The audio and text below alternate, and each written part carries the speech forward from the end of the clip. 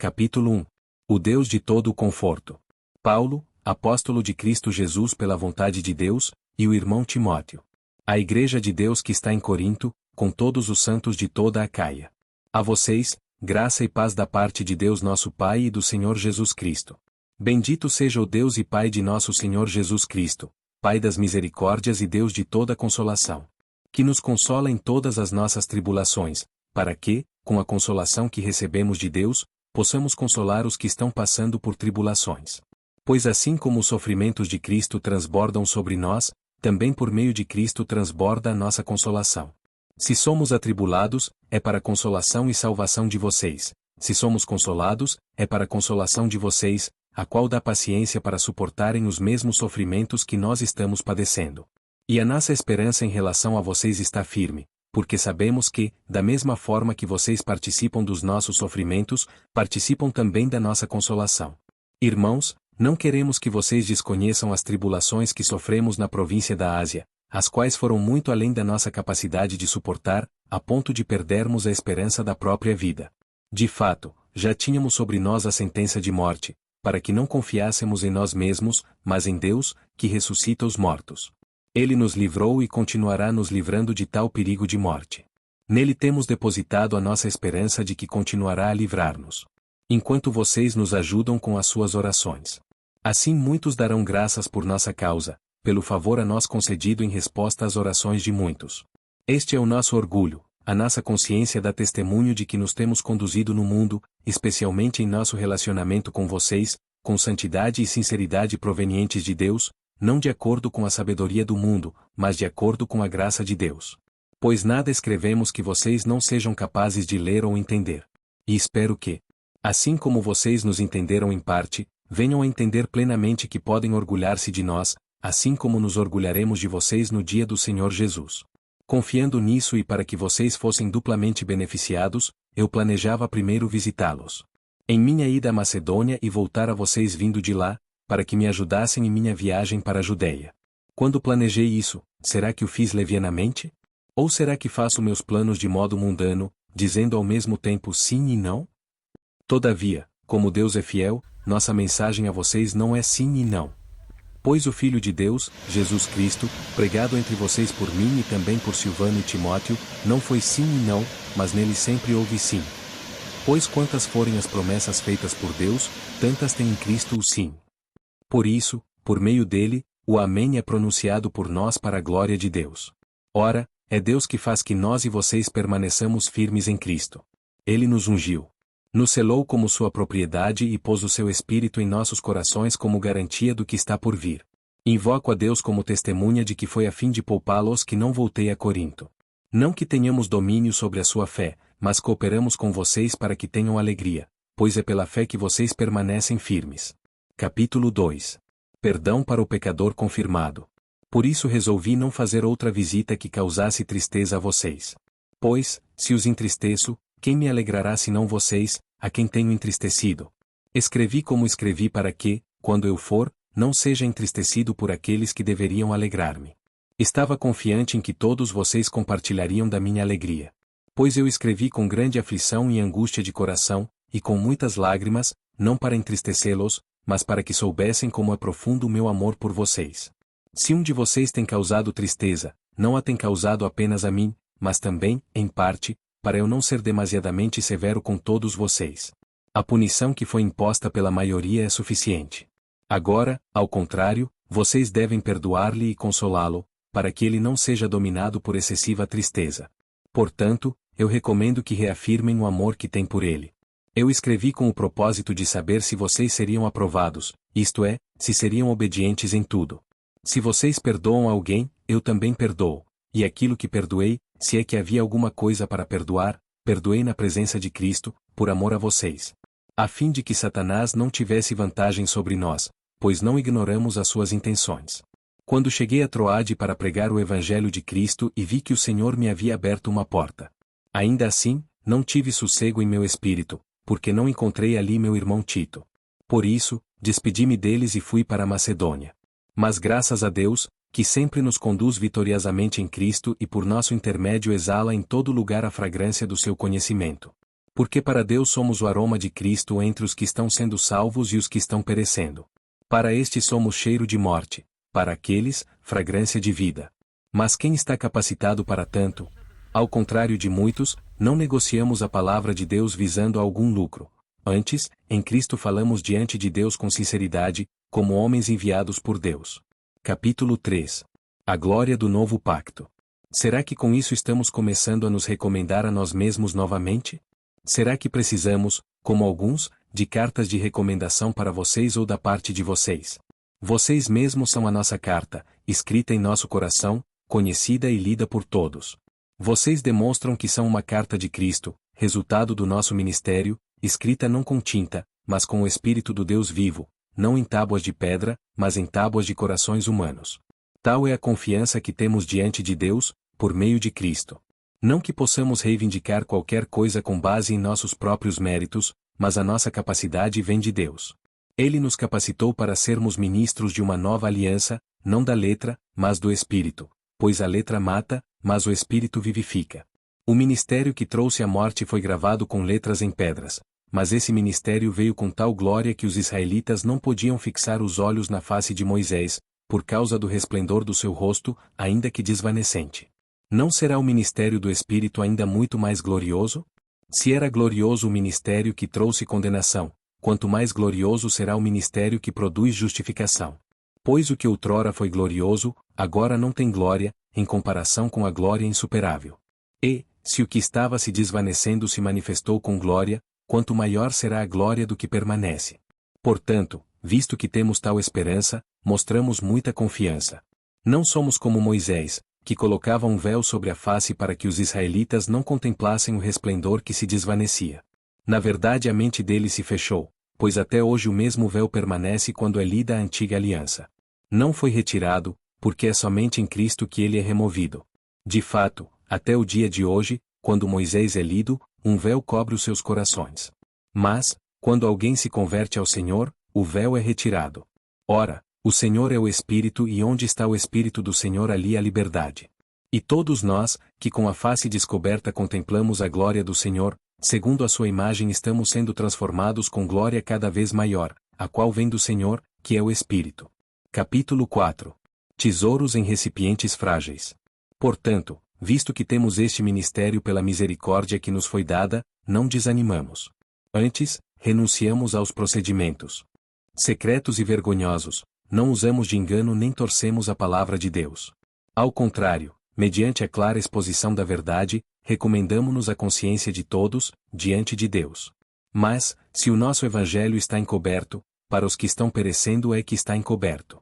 O Deus desta era cegou o entendimento dos descrentes, para que não vejam a luz do evangelho da glória de Cristo, que é a imagem de Deus. Mas não pregamos a nós mesmos, mas a Jesus Cristo, o Senhor, e a nós como escravos de vocês, por causa de Jesus. Pois Deus, que disse, das trevas resplandeça a luz, Ele mesmo brilhou em nossos corações, para a iluminação do conhecimento da glória de Deus na face de Cristo. Mas temos esse tesouro em vasos de barro, para mostrar que o poder que a tudo excede provém de Deus, e não de nós. De todos os lados somos pressionados, mas não desanimados, ficamos perplexos, mas não desesperados. Somos perseguidos, mas não abandonados, abatidos, mas não destruídos. Trazemos sempre em nosso corpo o morrer de Jesus, para que a vida de Jesus também seja revelada em nosso corpo. Pois nós, que estamos vivos, somos sempre entregues à morte por amor a Jesus, para que a sua vida também se manifeste em nosso corpo mortal. De modo que em nós atua a morte, mas em vocês, a vida. Está escrito, cri, por isso falei. Com esse mesmo espírito de fé nós também cremos, por isso, falamos. Porque sabemos que aquele que ressuscitou o Senhor Jesus dentre os mortos, também nos ressuscitará com Jesus e nos apresentará com vocês. Tudo isso é para o bem de vocês, para que a graça, que está alcançando um número cada vez maior de pessoas, faça que transbordem as ações de graças para a glória de Deus. Por isso não desanimamos. Embora exteriormente estejamos a desgastar-nos, interiormente estamos sendo renovados dia após dia. Pois os nossos sofrimentos leves e momentâneos estão produzindo para nós uma glória eterna que pesa mais do que todos eles. Assim, fixamos os olhos, não naquilo que se vê, mas no que não se vê, pois o que se vê é transitório, mas o que não se vê é eterno. Capítulo 5. A nossa habitação celestial. Sabemos que, se for destruída a temporária habitação terrena em que vivemos, temos da parte de Deus um edifício, uma casa eterna nos céus, não construída por mãos humanas. Enquanto isso, gememos, desejando ser revestidos da nossa habitação celestial. Porque, estando vestidos, não seremos encontrados nus. Pois, enquanto estamos nesta casa, gememos e nos angustiamos, porque não queremos ser despidos, mas revestidos da nossa habitação celestial, para que aquilo que é mortal seja absorvido pela vida. Foi Deus que nos preparou para esse propósito, dando-nos o Espírito como garantia do que está por vir.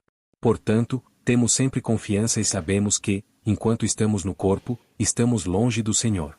Porque vivemos por fé, e não pelo que vemos. Temos, pois, confiança e preferimos estar ausentes do corpo e habitar com o Senhor. Por isso, temos o propósito de lhe agradar, quer estejamos no corpo, quer o deixemos. Pois todos nós devemos comparecer perante o tribunal de Cristo, para que cada um receba de acordo com as obras praticadas por meio do corpo, quer sejam boas quer sejam más. Uma vez que conhecemos o temor ao Senhor, procuramos persuadir os homens. O que somos está manifesto diante de Deus e esperamos que esteja manifesto também diante da consciência de vocês. Não estamos tentando novamente recomendar-nos a vocês, porém estamos dando a oportunidade de exultarem em nós, para que tenham o que responder aos que se vangloriam das aparências e não do que está no coração. Se enlouquecemos, é por amor a Deus, se conservamos o juízo, é por amor a vocês. Pois o amor de Cristo nos constrange, porque estamos convencidos de que um morreu por todos, logo, todos morreram. E ele morreu por todos para que aqueles que vivem já não vivam mais para si mesmos, mas para aquele que por eles morreu e ressuscitou. De modo que, de agora em diante, a ninguém mais consideramos do ponto de vista humano. Ainda que antes tenhamos considerado Cristo dessa forma, agora já não o consideramos assim. Portanto, se alguém está em Cristo, é nova criação. As coisas antigas já passaram, eis que surgiram coisas novas. Tudo isso provém de Deus, que nos reconciliou consigo mesmo por meio de Cristo e nos deu o ministério da reconciliação. Ou seja, que Deus em Cristo estava reconciliando consigo o mundo, não levando em conta os pecados dos homens, e nos confiou a mensagem da reconciliação. Portanto, somos embaixadores de Cristo, como se Deus estivesse fazendo o seu apelo por nosso intermédio. Por amor a Cristo suplicamos, reconciliem-se com Deus. Deus tornou pecado por nós aquele que não tinha pecado, para que nele nos tornássemos justiça de Deus. Capítulo 6. As dificuldades de Paulo. Como cooperadores de Deus, insistimos com vocês para não receberem em vão a graça de Deus. Pois ele diz: Eu ouvi no tempo favorável, e o socorri no dia da salvação. Digo que agora é o tempo favorável, agora é o dia da salvação. Não damos motivo de escândalo a ninguém, em circunstância alguma, para que o nosso ministério não caia em descrédito. Ao contrário, como servos de Deus, recomendamo-nos de todas as formas, em muita perseverança, em sofrimentos, privações e tristezas. Em açoites, prisões e tumultos, em trabalhos árduos, noites sem dormir e jejuns. Em pureza, conhecimento, paciência e bondade, no Espírito Santo e no amor sincero. Na palavra da verdade e no poder de Deus, com as armas da justiça, quer de ataque quer de defesa. Por honra e por desonra, por difamação e por boa fama, tidos por enganadores, sendo verdadeiros. Como desconhecidos, apesar de bem conhecidos, como se estivéssemos morrendo, mas eis que vivemos, espancados, mas não mortos. Entristecidos, mas sempre alegres, pobres, mas enriquecendo muitos outros, nada tendo, mas possuindo tudo. Falamos abertamente a vocês, coríntios, e abrimos todo o nosso coração. Não estamos limitando nosso afeto, mas vocês estão limitando o afeto que têm por nós. Numa justa compensação, falo como a meus filhos, abram também o coração para nós. Não se ponham em julgo desigual com descrentes. Pois o que tem em comum a justiça e a maldade? Ou que comunhão pode ter a luz com as trevas? Que harmonia entre Cristo e Belial? Que há de comum entre o crente e o descrente? Que acordo há entre o templo de Deus e os ídolos? Pois somos santuário do Deus vivo. Como disse Deus: habitarei com eles. E entre eles andarei. Serei o seu Deus. E eles serão o meu povo. Portanto, saiam do meio deles. E separem-se. Diz o Senhor. Não toquem em coisas impuras. E eu os receberei. E serei o seu pai. E vocês serão meus filhos. E minhas filhas. Diz o Senhor Todo-Poderoso. Capítulo 7. Paulo contente com a igreja. Amados, visto que temos essas promessas, purifiquemo-nos de tudo que contamina o corpo e o espírito, aperfeiçoando a santidade no temor de Deus. Concedam-nos lugar no coração de vocês. A ninguém prejudicamos, a ninguém causamos dano, a ninguém exploramos. Não digo isso para condená-los, já disse que vocês estão em nosso coração para juntos morrermos ou vivermos. Tenho grande confiança em vocês, e de vocês tenho muito orgulho. Sinto-me bastante encorajado, minha alegria transborda em todas as tribulações. Pois, quando chegamos à Macedônia, não tivemos nenhum descanso, mas fomos atribulados de toda forma, conflitos externos, temores internos. Deus, porém, que consola os abatidos, consolou-nos com a chegada de Tito. E não apenas com a vinda dele, mas também com a consolação que vocês lhe deram. Ele nos falou da saudade, da tristeza e da preocupação de vocês por mim, de modo que a minha alegria se tornou ainda maior. Mesmo que a minha carta tenha causado tristeza a vocês, não me arrependo. É verdade que a princípio me arrependi, pois percebi que a minha carta os entristeceu, ainda que por pouco tempo. Além de encorajados, ficamos mais contentes ainda ao ver como Tito estava alegre, porque seu espírito recebeu refrigério de todos vocês. Agora, porém, me alegro, não porque vocês foram entristecidos, mas porque a tristeza os levou ao arrependimento. Pois vocês se entristeceram como Deus desejava e de forma alguma foram prejudicados por nossa causa. A tristeza segundo Deus não produz remorso, mas sim o arrependimento que leva à salvação, e a tristeza segundo o mundo produz morte. Vejam o que esta tristeza segundo Deus produziu em vocês: que dedicação, que desculpas, que indignação, que temor, que saudade, que preocupação, que desejo de ver a justiça feita. Em tudo vocês se mostraram inocentes a esse respeito. Assim, se escrevi, não foi por causa daquele que cometeu o erro nem daquele que foi prejudicado, mas para que diante de Deus vocês pudessem ver por vocês mesmos como são dedicados a nós. Por isso tudo fomos revigorados. Eu lhe tinha dito que estava orgulhoso de vocês, e vocês não me decepcionaram. Da mesma forma que era verdade tudo o que dissemos, o orgulho que temos de vocês diante de Tito também mostrou-se verdadeiro. E a afeição dele por vocês fica maior ainda, quando lembra que todos vocês foram obedientes, recebendo com temor e tremor. Alegro-me por poder ter plena confiança em vocês. Capítulo 8. A chamada à generosidade.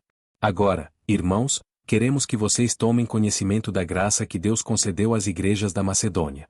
No meio da mais severa tribulação, a grande alegria e a extrema pobreza deles transbordaram em rica generosidade. Pois dou testemunho de que eles deram tudo quanto podiam e até além do que podiam. Por iniciativa própria. Eles nos suplicaram insistentemente o privilégio de participar da assistência aos santos. E não somente fizeram o que esperávamos, mas entregaram-se primeiramente a si mesmos ao Senhor, e depois, a nós, pela vontade de Deus. Assim, recomendamos a Tito que, assim como ele já havia começado, também completasse esse ato de graça da parte de vocês. Todavia, assim como vocês se destacam em tudo, na fé, na palavra, no conhecimento, na dedicação completa e no amor que vocês têm por nós, destaquem-se também neste privilégio de contribuir. Não estou dando uma ordem, mas quero verificar a sinceridade do amor de vocês, comparando com a dedicação dos outros. Pois vocês conhecem a graça de nosso Senhor Jesus Cristo que, sendo rico, se fez pobre por amor de vocês, para que por meio de sua pobreza vocês se tornassem ricos. Este é meu conselho: convém que vocês contribuam, já que desde o ano passado vocês foram os primeiros, não somente a contribuir, mas também a propor esse plano. Agora, completem a obra, para que a forte disposição de realizá-la seja igualada pelo zelo em concluí-la, de acordo com os bens que vocês possuem. Porque, se há prontidão, a contribuição é aceitável de acordo com aquilo que alguém tem, e não de acordo com o que não tem. Nosso desejo não é que outros sejam aliviados enquanto vocês são sobrecarregados, mas que haja igualdade. No presente momento, a fartura de vocês suprirá a necessidade deles, para que, por sua vez, a fartura deles supra a necessidade de vocês. Então haverá igualdade. Como está escrito, quem tinha recolhido muito não teve demais, e não faltou a quem tinha recolhido pouco.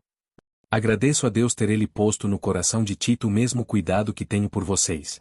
Pois Tito não apenas aceitou o nosso pedido, mas está indo até vocês, com muito entusiasmo e por iniciativa própria.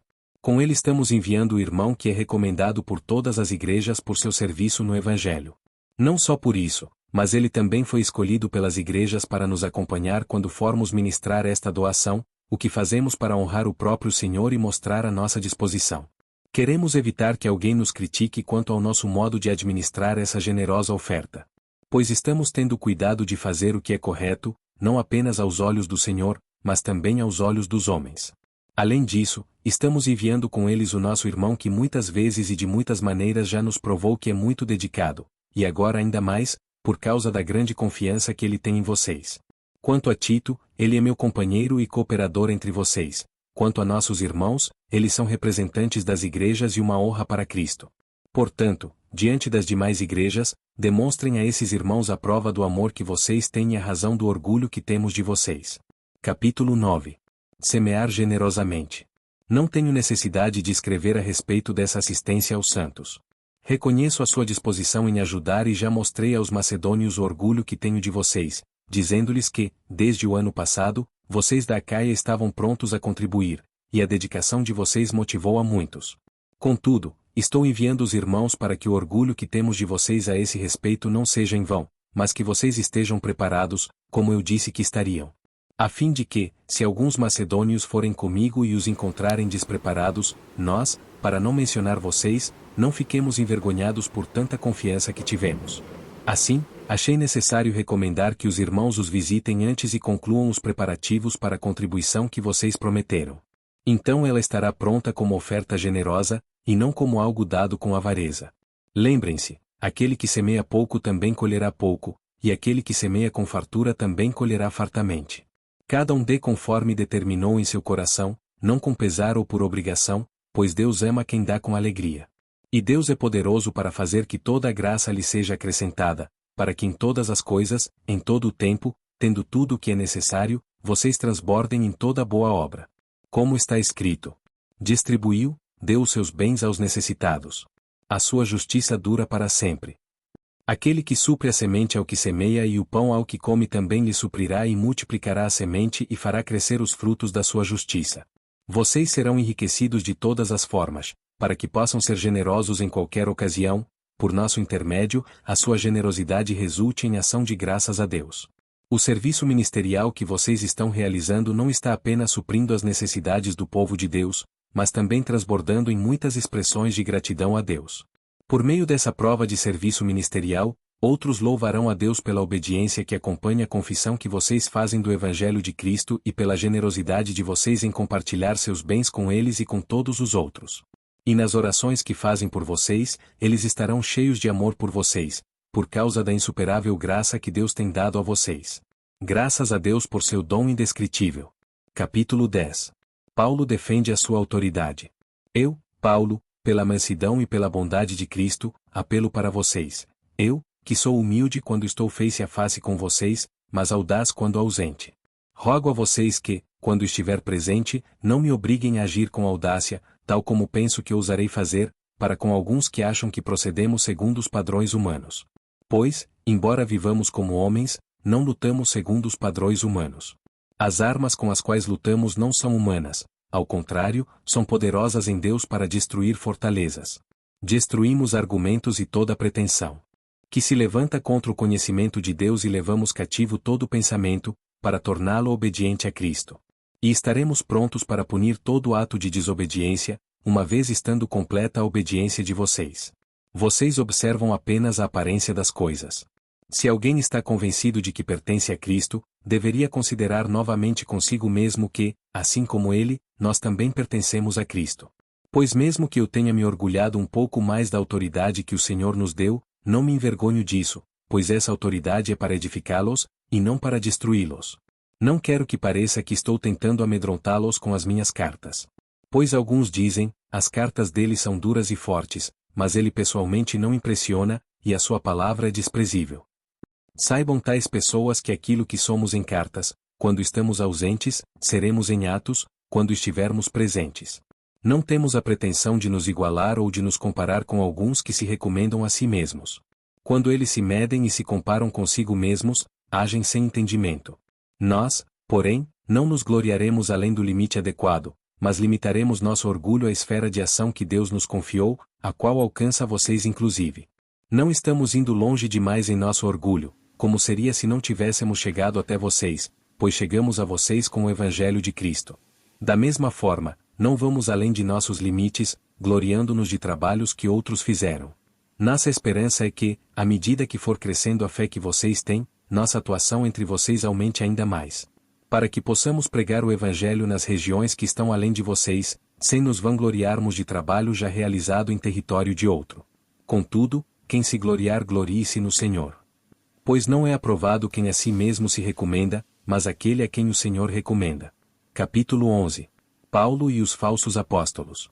Espero que vocês suportem um pouco da minha insensatez. Sim, por favor, sejam pacientes comigo. O zelo que tenho por vocês é um zelo que vem de Deus. Eu os prometi a um único marido, Cristo, querendo apresentá-los a Ele como uma virgem pura.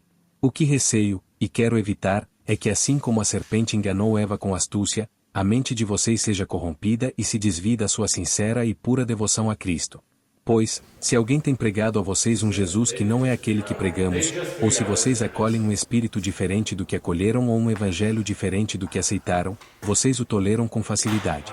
Todavia, não me julgo nem um pouco inferior a esses superapóstolos. Eu posso não ser um orador eloquente, contudo tenho conhecimento.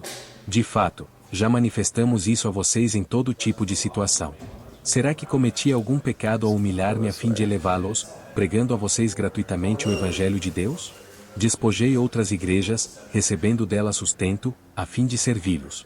Quando estive entre vocês e passei por alguma necessidade, não fui um peso para ninguém, pois os irmãos, quando vieram da Macedônia, supriram aquilo de que eu necessitava. Fiz tudo para não ser pesado a vocês e continuarei a agir assim. Tão certo como a verdade de Cristo está em mim, ninguém na região da Acaia poderá privar-me deste orgulho. Por quê? Porque não amo vocês. Deus sabe que os amo. E continuarei fazendo o que faço, a fim de não dar oportunidade àqueles que desejam encontrar ocasião de serem considerados iguais a nós nas coisas de que se orgulham. Pois tais homens são falsos apóstolos, obreiros enganosos, fingindo-se apóstolos de Cristo. Isso não é de admirar, pois o próprio Satanás se disfarça de anjo de luz. Portanto, não é surpresa que os seus servos finjam ser servos da justiça. O fim deles será o que as suas ações merecem. Faço questão de repetir, ninguém me considere insensato. Mas, se vocês assim me consideram, recebam-me como receberiam um insensato, a fim de que eu me orgulhe um pouco. Ao ostentar esse orgulho, não estou falando segundo o Senhor, mas como insensato. Visto que muitos estão se vangloriando de modo bem humano, eu também me orgulharei. Vocês, por serem tão sábios, suportam de boa vontade os insensatos. De fato, vocês suportam até quem os escraviza ou os explora, ou quem se exalta ou lhes fere a face. Para minha vergonha, admito que fomos fracos demais para isso. Naquilo em que todos os outros se atrevem a gloriar-se, falo como insensato, eu também me atrevo. São eles hebreus? Eu também. São israelitas? Eu também. São descendentes de Abraão? Eu também. São eles servos de Cristo? Estou fora de mim para falar desta forma, eu ainda mais. Trabalhei muito mais, fui encarcerado mais vezes, fui açoitado mais severamente e exposto à morte repetidas vezes. 5 vezes recebi dos judeus 39 açoites. 3 vezes fui golpeado com varas, 1 vez apedrejado, 3 vezes sofri naufrágio, passei uma noite e um dia exposto à fúria do mar. Estive continuamente viajando de uma parte a outra, enfrentei perigos nos rios, perigos de assaltantes, perigos dos meus compatriotas, perigos dos gentios, perigos na cidade, perigos no deserto, perigos no mar e perigos dos falsos irmãos. Trabalhei arduamente, muitas vezes fiquei sem dormir, passei fome e sede, e muitas vezes fiquei em jejum, suportei frio e nudez. Além disso, enfrento diariamente uma pressão interior, a saber, a minha preocupação com todas as igrejas. Quem está fraco, que eu não me sinta fraco. Quem não se escandaliza, que eu não me queime por dentro. Se devo orgulhar-me, que seja nas coisas que mostram a minha fraqueza. O Deus e Pai do Senhor Jesus, que é bendito para sempre, sabe que não estou mentindo. Em Damasco, o governador nomeado pelo rei Aretas mandou que se vigiasse a cidade para me prender. Mas de uma janela na muralha fui baixado numa cesta e escapei das mãos dele. Capítulo 12. A visão e o problema de Paulo. É necessário que eu continue a gloriar-me com isso. Ainda que eu não ganhe nada com isso, passarei as visões e revelações do Senhor. Conheço um homem em Cristo que há 14 anos foi arrebatado ao terceiro céu. Se foi no corpo ou fora do corpo, não sei, Deus o sabe. E sei que esse homem, se no corpo ou fora do corpo, não sei, mas Deus o sabe. Foi arrebatado ao paraíso e ouviu coisas indizíveis, coisas que ao homem não é permitido falar. Nesse homem me gloriarei, mas não em mim mesmo, a não ser em minhas fraquezas. Mesmo que eu preferisse gloriar-me, não seria insensato, porque estaria falando a verdade.